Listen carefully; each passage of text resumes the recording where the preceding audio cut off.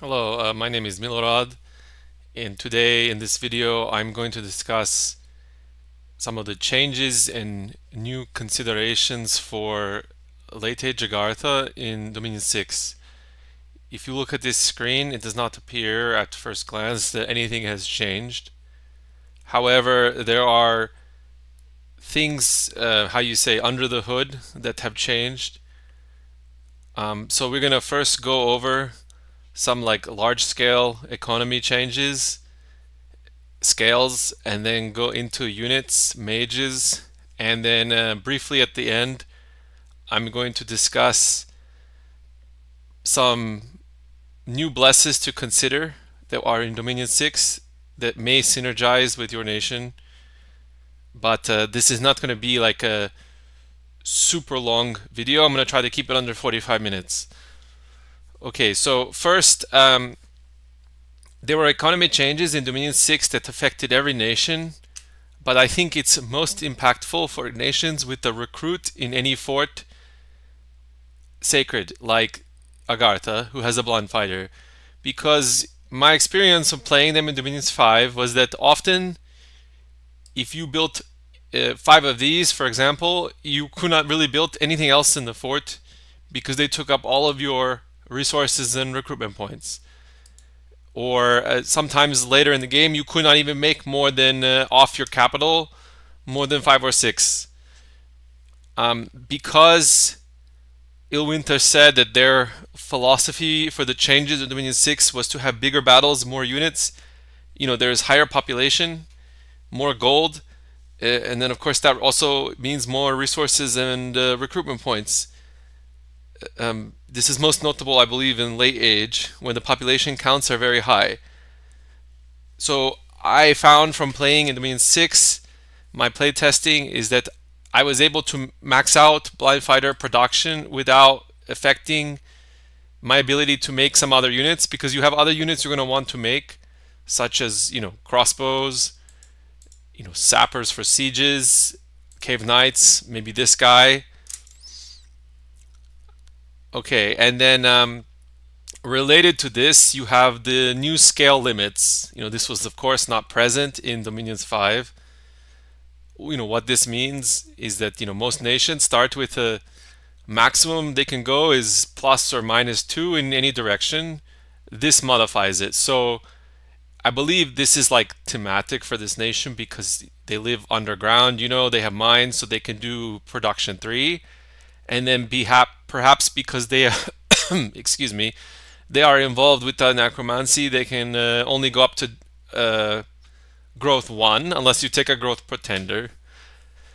So this is more thematic than it is impactful in the game, in my opinion, because discussing productivity first, productivity 3 feels like complete overkill, because first of all, keep in mind that you get resources from this guy, the reanimator. He gives you 10, and you also get extra golden resources in cave forts. This is more relevant than ever because of the cave layer. They do not exist in the Dominions 5. On this map that I will show you later, I chose not to do a cave start because I wanted to demonstrate some of the units against heavy cavalry. But I believe you usually start in the cave layer if you have caves turned on. So you're going to have even more resources in the caves. So I felt that productivity 3 was an overkill because most of your elites require high recruitment points. So this is 31, 37, 31. Even this guy is like 23. The units you have that have a high disparity between resources and recruitment points would be like, for example, him, 27 versus 9, or the heavy crossbow, 27 versus 9. But I found that you tend to move away from these kind of chaffy units as the game goes on, and you're going to be building mostly elites, right? So you're going to need more recruitment points, and it's harder to get recruitment points, especially because you are capped in growth by this restriction. So I would rather go order 2 and 0 prot than order 0 and 2 prot, because you have other ways of getting resources. So this is thematic, but I don't think you would want to go production 3 in most cases, unless you want tons of chaff. The death, you could, of course, go death 3, which most nations cannot, if you want to get extra points for a big bless, but I would not want to go death on this nation. You have living troops, have free spawn. Yes, you have summons, but I don't think it's as feasible to transfer to an all summon economy, all summon troops. I think you're going to still want to use blind fighters and some of your other scales troops. I found that Death 3, although of course it has less of an income penalty than it did in Dominions 5, you still have the population loss. If my math is correct, at a 0.6% population loss, you will lose almost 10,000 population from your capital by turn 36. So I would not want to play this nation as a Death 3, personally. But it's there if you want to do that, either in a thematic play or if you need extra points for like a big bless. One more thing on the economy before we talk about the units. This is your starting site. In Dominions 5, it only gave you 50 resources. Now it gives 75. That is noticeable at the beginning of the game because the resource prices have not really changed for any of the units, and it allows you to get out more of a Cave Knight for expansion. Even if you go production 0, before you clear your capital circle and you get more reanimators. So it's useful the first couple of turns. Okay, so now I'm going to go over some of the units. Most of these, with the exception of the Cave Knight, have not changed. At least not in a way that I could tell. However, there are some considerations because of how they've affected the piercing damage in Dominion 6. Because piercing has been reduced to 15% from 20, and now they round up when you're calculating armor, all of the piercing is slightly worse. It's not really noticeable until you get to high protection levels. But what this means is that like all of your troops have some degree of piercing, except for Cave Knight, who has like a slashing weapon, and so does the Drake. But all the other ones have at least some, either like half the time or of course the crossbows. They also changed. I made a mistake in my previous video on archery, and someone pointed it out correctly in the comments that crossbows now are additive instead of multiplicative. So now it's minus 65% instead of before, it was 50% from armor piercing times 20%. It was a 0.6 or 60% reduction. Now it's 65. It's not that significant of a difference, but these crossbows hit harder than usual. Most regular crossbows are like 11. So you might see that these guys pierce armor a little bit better. I did not notice like a significantly higher attrition rate from a friendly fire, because most of your guys have like a kite shield, which is a high parry and is easier to block projectiles. Okay, blind fighter, although this has not changed, it's more important than ever Spirit Sight, because what it does is, in addition to 100% dark vision, it can now negate certain spells in glamour. So let me demonstrate. Under alteration, like for example blur, this would normally reduce the attack roll by 2. Excuse me. But the Spirit Sight ignores it, as does blind, and your blind fighters have both. And same with the displacement. Attackers with Spirit Sight ignore displace condition. So because you have it built in, it will help you somewhat counter glamour. Oops. Okay, so now I want to spend some time talking about the Cave Knight, because I think this is an important unit in Agartha play. It was in Dominions 5 as well, especially in the first part of the game, into the middle game, and a lot has changed. So if you recall, in Dominions 5, this was no mount and rider. What it was like a first shape and then a dying second shape. So in Dominions 5, this guy would have like these human stats, and the rider would the guy would get killed like pretty quickly, and then it would turn into a Drake. And then you would have, in Dominions 5, you would have like this big Drake with high protection, high hit points. It would be undisciplined, throw off your formations, but it would stay in your army. So in Dominion 6, that's not the case. In Dominion 6, if the rider is killed, the Cave Drake goes back to the home province. Because it has a high health points and a protection, it will usually survive a battle. And then because of this smart mount tag, 100%, it will always try to go back as long as it passes the easy morale check, which it probably will, because they have a good morale. So, apparently, like if you first look at this, it seems worse. But I will demonstrate how this is actually better, because you have a very low attrition rate on the Drakes before magic and poison and stuff like that comes out. You have very low attrition rate, and there is a new mechanic in Dominion 6 called Reach. So what it is for example, this guy, like lots of human infantry will have a sword. It is their size plus length of weapon is their reach. So this guy has a reach of 4. And then it compares it against the size, because this is like a hybrid unit.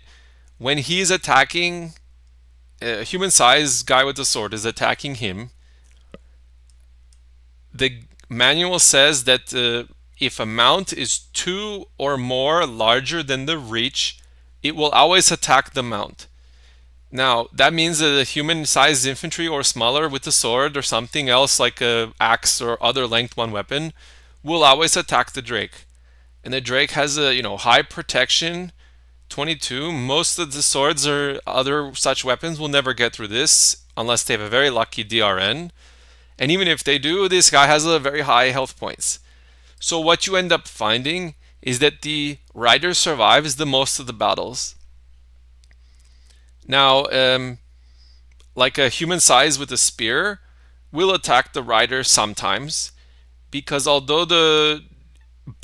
because the Drake is significantly larger than the rider, according to the manual, if there is a significant size difference between the rider and the mount, then the mount has an additional chance to be hit. So what you end up seeing is that the majority of the time, longer weapons will still hit the Drake. So, let me show a demonstration battle. This is just a quick game I made. Okay, so what we're going to show here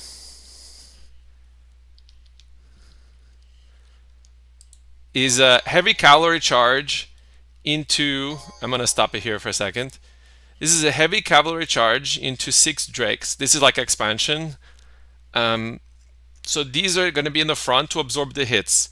And you're going to see, I wanted to demonstrate it with the heavy cavalry because you have a variety of weapons here, okay?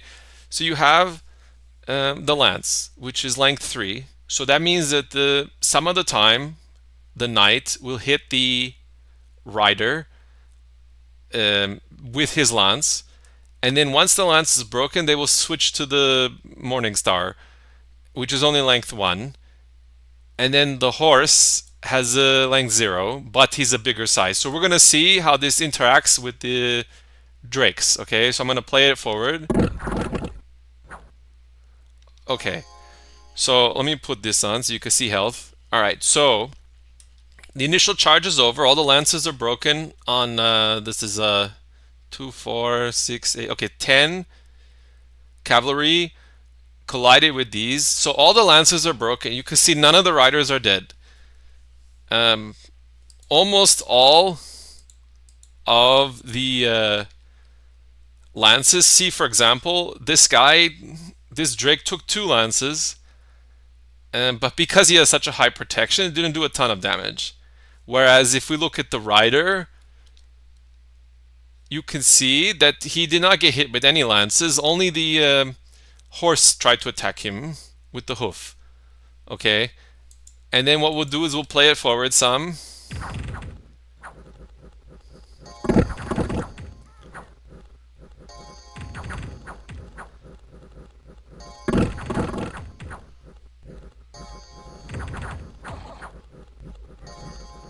Okay, you're gonna see now the cavalry will run away.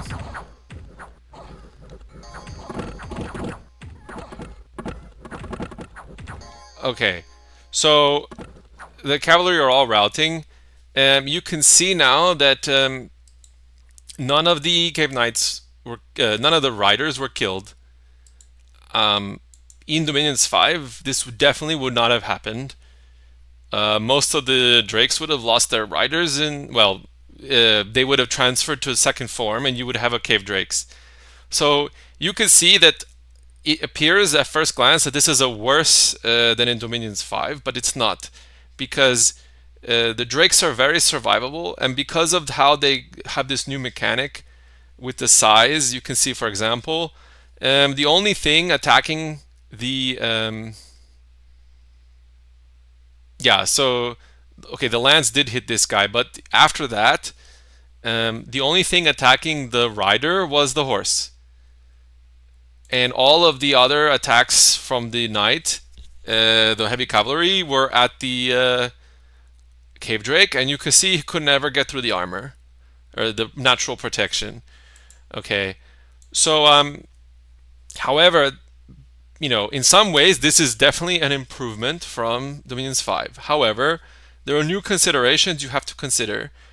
The mount has, you know, because it's its own unit now, it has its own fatigue. They have a very high, well, that's not a good example because he has a, this one also has a chest wound. Okay, so because they are cold-blooded, this now, you know, in Dominions 5, magically somehow the Drake was not cold-blooded when it had a man on top of it, but then when it lost a man, he became cold-blooded. I don't even want to know what was going on. But now in Dominions 6, this exists as its own unit on the field. So you can have an odd situation when the Drake can fatigue out before the rider does because it's too cold of a province. However, they did change in Dominion 6, of course, how they do cold-blooded. So in some, the penalty is not as severe as it was in Dominions 5. Okay. Also, one other thing, because of the size disparity differences, they changed it in Dominion 6 that a larger unit, if it is 3 or greater in size than the smaller unit, will displace it. So what this means is that Cave Drake will displace allied infantry or blind fighters because they are smaller by 3 sizes. And so you can have a situation where you can put the infantry, in this case I wanted the drakes to absorb the cavalry, but sometimes you can put the other stuff in the front and the drakes will then move forward and displace them. Okay, so you can see there were no losses to the knights. I mean, some other stuff died, of course, but you know, there were no losses to the knights, even though at first glance you may think it's worse than in Dominions 5. How they changed the mounts. But anyway, okay, so I spent a lot of time on that, of course, but it's an important unit in the first part of the game, and there were lots of changes. Okay, now I'm going to move on to the mages and commanders. So the first thing is that they increased in Dominion 6 magic leadership. So, you know, these are magic beings, which is kind of annoying. So, you know, they can only be commanded by certain mages. this guy got to increase from 40 to 50, so he can now move more of these around. And then all of the other mages, this used to be 5 for every non-death, non-blood path, if I remember correctly. Now it's 10. So you can see he can now move, excuse me, he can now move more magical beings. Also, the Bless Arcane Command used to give plus 10 to magic leadership, and now it gives plus 25. So it's easier in the Dominion 6 to move these around and other magical units. Okay, the other big change, I think, which people are most excited about, is this new trait called Corpse Stitcher. So many of your mages, I think all of your mages, yes, except for the Alchemist, have this ability. And it goes from 1 all the way up to 5 here. And you can see it will, normally, undead are not healed. No, that's not correct. No, they are healed by healers. But what this does is it's its own ability where it will take off afflictions from corporeal undead. So what this means is ghosts and other spiritual undead are not affected. I need to exit out to this to show you one thing. Sorry, 1 second.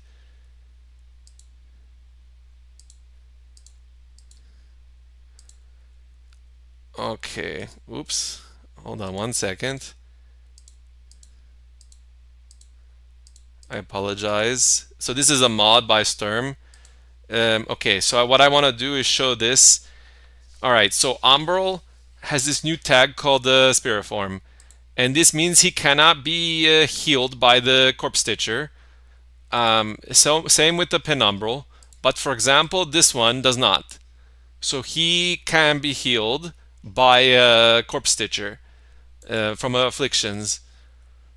So you can get this to heal your these guys or the whites, but that's not really the real reason that people are getting excited for those units or that ability. The real thing is, of course, Tartarian Gate, which interestingly enough is cheaper than it was in Dominions 5. I believe this was 10. So this of course makes a Tartarian in late game, and I believe they have a 50% chance to be feeble mind and or other afflictions. And it was difficult for many nations to get rid of that. It was a whole ordeal. Sometimes people would do like a bless and put shrouds. It was very complicated for nations without healers. You could also do that nature global, I think gift of health or whatever it's called. But now for Agartha, this is trivial because you have this Corpse Stitcher ability.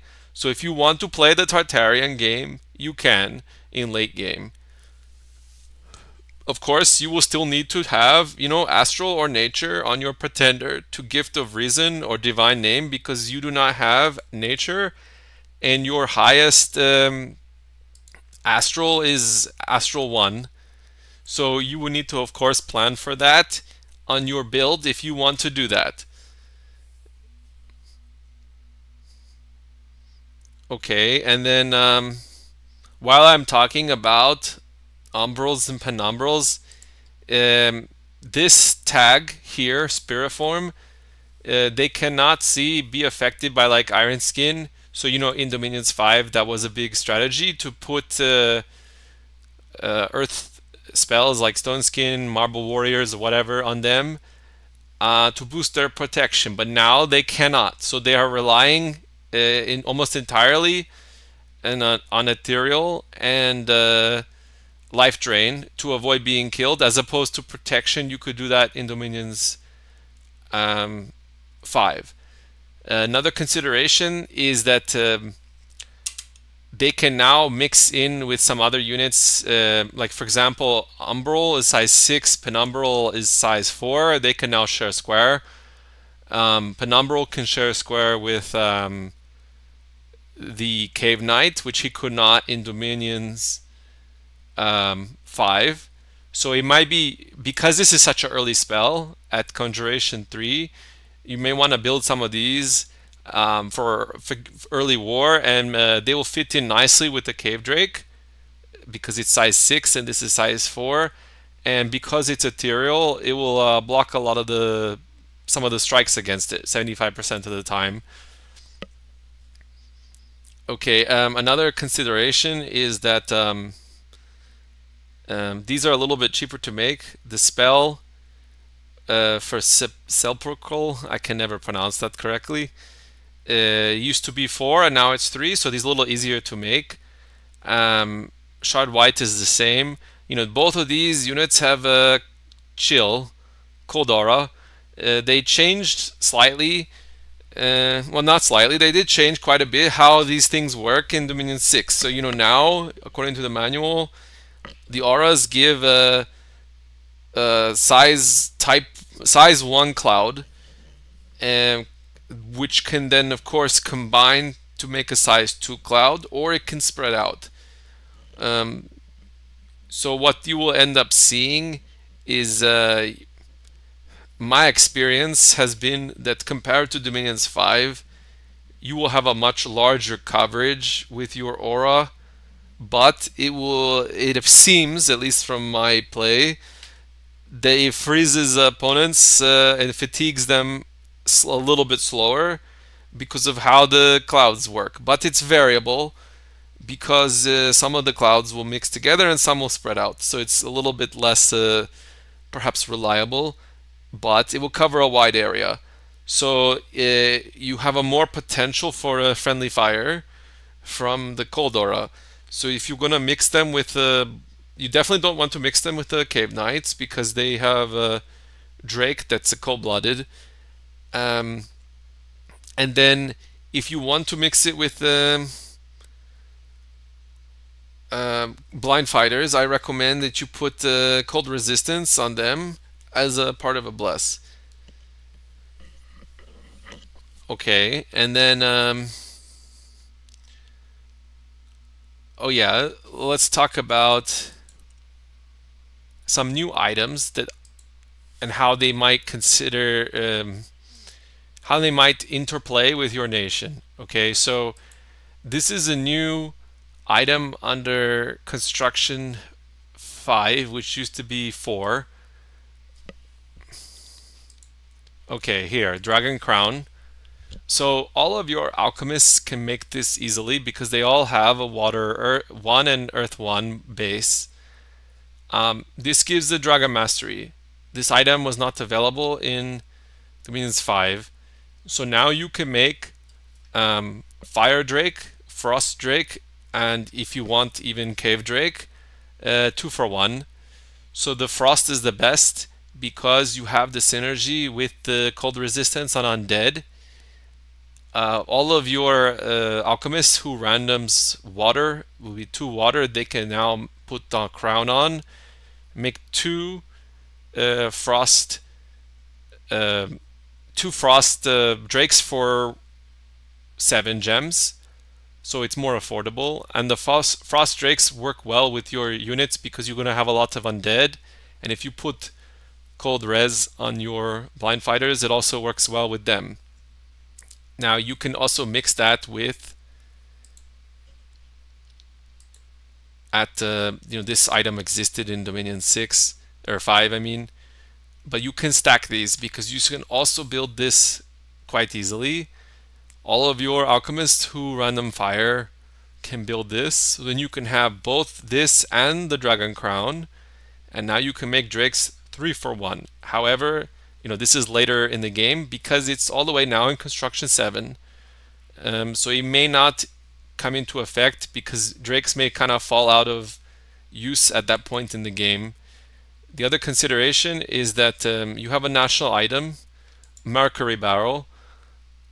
This makes like a water elemental, almost like that's Poison Cloud. It's very powerful. Not very many nations have it. I think Tianqi does as a spell.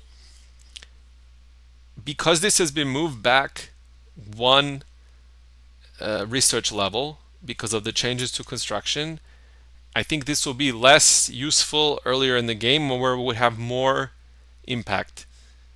You could, for example, put poison res 10 on your blind fighters, and then undead already have poison res, so you could mix, living mercury with your units in Dominions 5. Now you can still do that, of course, in Dominion 6, but because this is pushed back all the way to Construction 7, it will it will show up much later in the game.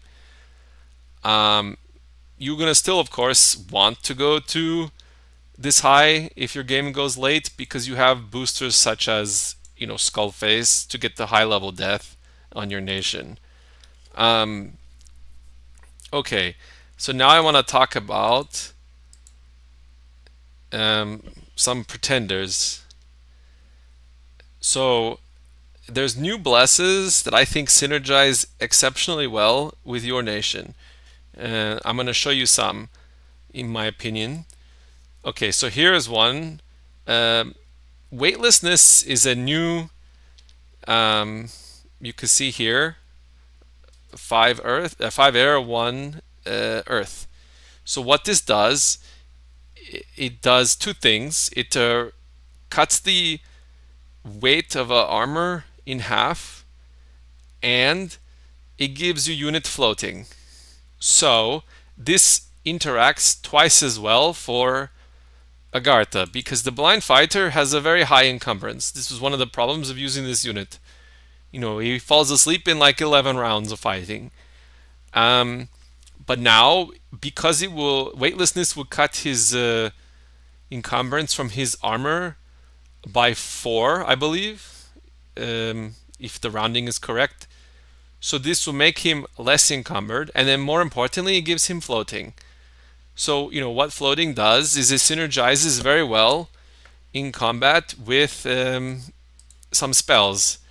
So under alteration, you have Earth Meld, of course, does not affect floating units, and Maws of the Earth. And both of these are a splash that can affect friendly units. And because you have lots of Earth on your nation, it's easy for you to cast Earth Meld and Maws. This allows you to cast these easily on your front lines, and all of your Sacred Blind Fighter, as well as if you're using them, the Sacred Sepulcher, it will not affect them. Same with under Evocation, you have Earthquake. Again, not hard for your nation to cast. And then, of course, all of your mages, majority of your mages are sacred.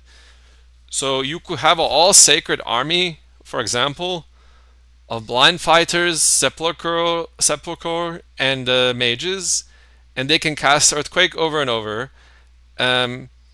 So they also added this stun, I believe, that doesn't affect floating units. So even if you don't kill your enemy, you can cast this several times and it will stun them if they have low defense. It will not affect your guys, and it will make them better in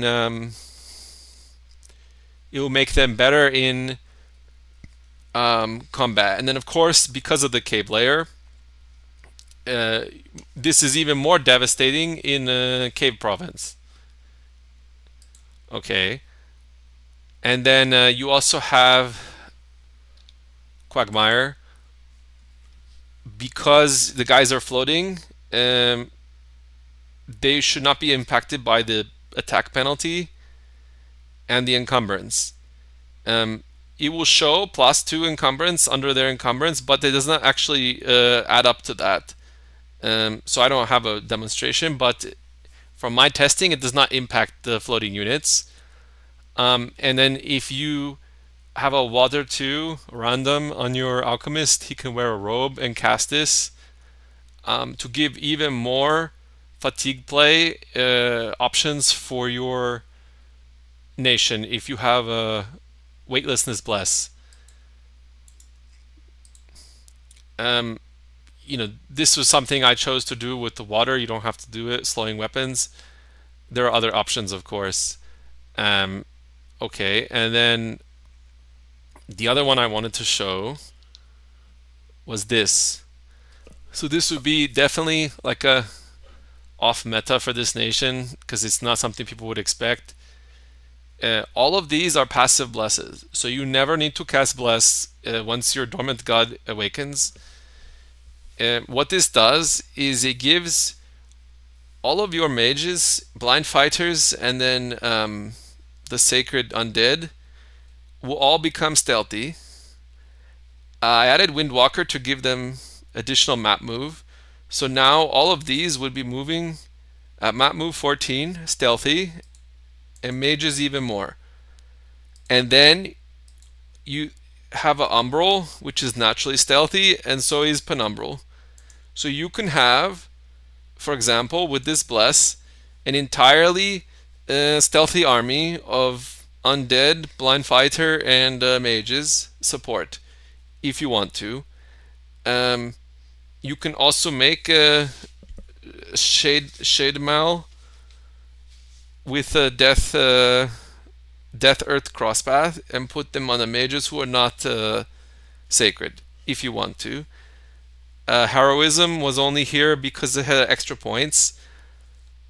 You know, a lot of people have said, and I tend to agree, that stat blesses are less effective than a heroism in Dominion 6 because of how quickly units will gain experience and get the +1/+1, boosts to their attack defense. This is almost better than a stat blesses in some cases. So this was just another thought I had. Obviously, there's deficiencies in this build, but it's something you can consider if you want to surprise the enemy with stealthy troops. Okay, so this was my review of some of the changes of Dominion 6 to this nation, some new synergies. Obviously, there are other blesses I did not consider. I think that expansion on the surface is easier than ever because of how good the knights are, even better than they were in Dominions 5. Underground, you're going to have a little more challenge, depends on the population types. Some of them like Bakemono and Pale Ones will be very easy, of course.